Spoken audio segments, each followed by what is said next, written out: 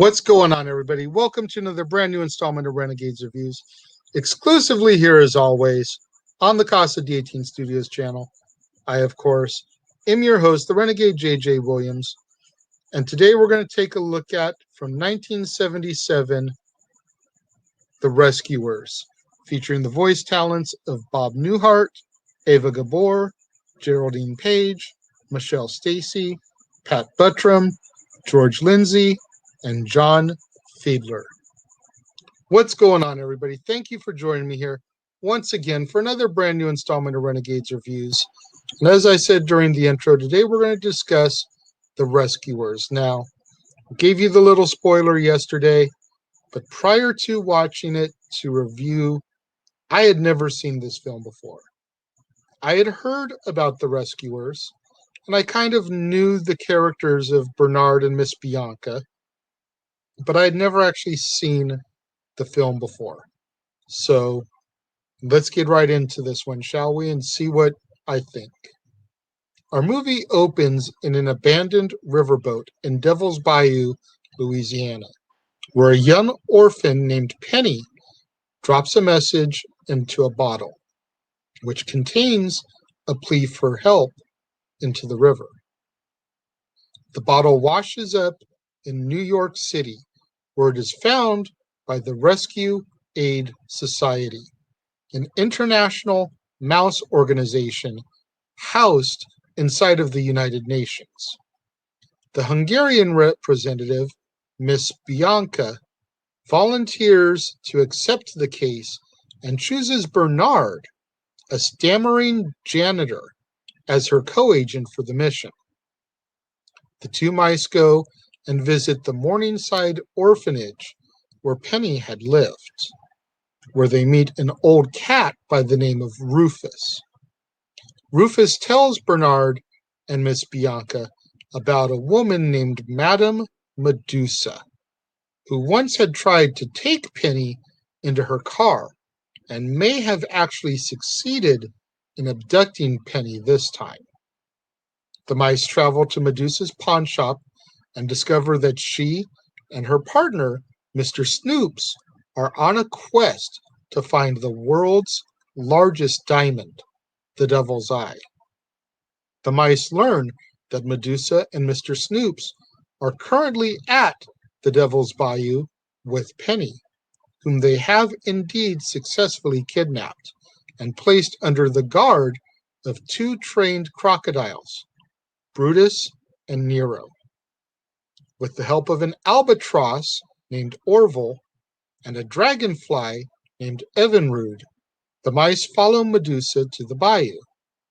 There they learn that Medusa plans to force Penny to enter into a small hole which leads down into a pirate's cave where the Devil's Eye is supposed to be located. Bernard and Bianca find Penny and devise a plan of escape. They send Evinrude to alert the local animals, who loathe Medusa. But Evinrude is delayed when he is forced to take shelter from a flock of bats. The following morning, Medusa and Mr. Snoops send Penny down into the cave in order to find the gem. Unbeknownst to Medusa, Bernard and Miss Bianca are hiding in Penny's skirt pocket. The three soon find the Devil's Eye, located within a pirate's skull. As Penny tries to pry the mouth open with a sword, the mice push it out from within. But soon, the oceanic tide rises and floods the cave. The three barely manage to retrieve the diamond and escape. Medusa then breaks her promise to Mr. Snoops that he can have half of the diamond and hides it in Penny's teddy bear while holding Penny and Mr. Snoops at gunpoint. When she trips over a cable set as a trap by Bernard and Miss Bianca, Medusa loses the bear as well as the diamond to Penny, who runs away with them. The local animals arrive at the riverboat and aid Bernard and Miss Bianca in trapping Brutus and Nero. They then set off Mr. Snoop's fireworks in order to create more chaos. Meanwhile, Penny and the mice commandeer Medusa's Swampmobile, which is a makeshift airboat. Medusa unsuccessfully pursues them while using Brutus and Nero as water skis, and is left clinging to the boat's smokestacks as Mr. Snoops escapes on a raft and laughs at her, while the irritated Brutus and Nero turn on her and circle below. Our film begins to draw to its conclusion back in New York City as the Rescue Aid Society watch a news report of how Penny found the Devil's Eye, which has now been given to the Smithsonian Institution, and it is implied that Medusa and Mr. Snoops have been arrested and imprisoned for their crimes. The news also mentions how Penny has finally been adopted from the orphanage. The meeting is interrupted when Evinrude arrives with another call for help, which sends Bernard and Miss Bianca onto a brand new adventure.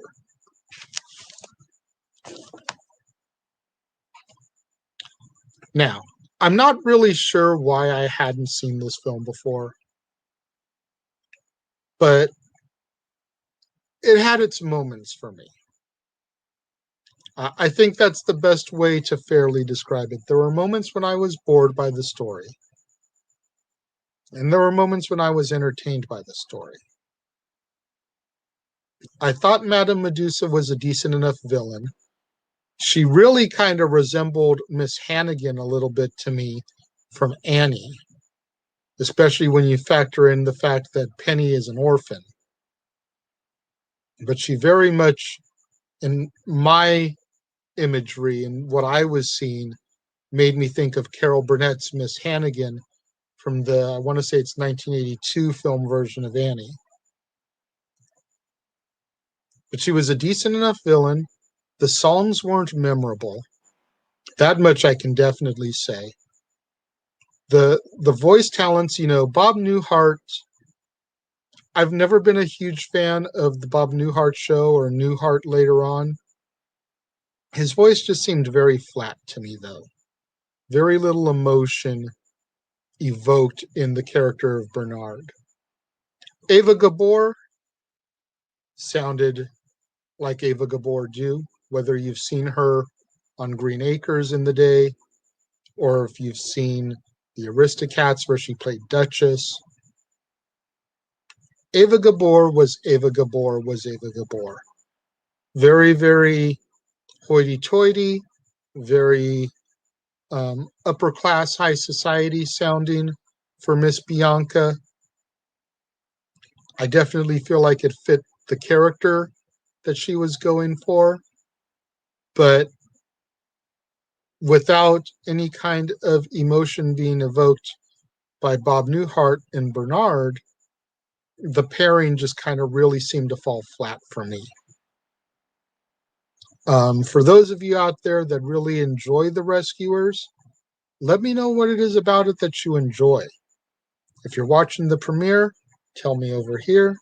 If you're watching on demand, tell me down here. I'm really curious to see what the fans of this movie really like about this film, because I don't get it. I watched it now, and the last film that we're going to do this month is the sequel to this, The Rescuers Down Under, which was the first theatrically released animated sequel from the Walt Disney Animation Studios. Most of their animated sequels went straight to VHS or DVD. But The Rescuers Down Under, apparently The Rescuers did good enough that it was able to get a theatrical sequel. I don't get it. So let me know. When it comes to my rating for The Rescuers, I was going to give it 2, but I'll go ahead and give it 2.5 out of 5.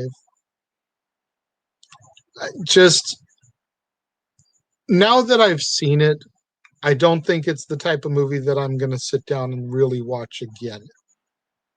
Unless The Rescuers Down Under, which I've also never seen, hooks me so much and is a continuation of this story to where if I wanted to go back, I'd really need to sit through this one again to do The Rescuers Down Under, then maybe I'd watch it again. But if Rescuers Down Under can't hook me, or if it's a good enough standalone film that you don't have to see this one first, honestly, I may never watch The Rescuers again, and I'd be okay with that. 2.5 out of 5 stars for me, though. Make sure you guys get out there on social media, get those hashtags trending, hashtag Casa D18 Studios, hashtag Renegades Reviews, hashtag Renegade Returns, and of course, the ever popular hashtag Shenanigans.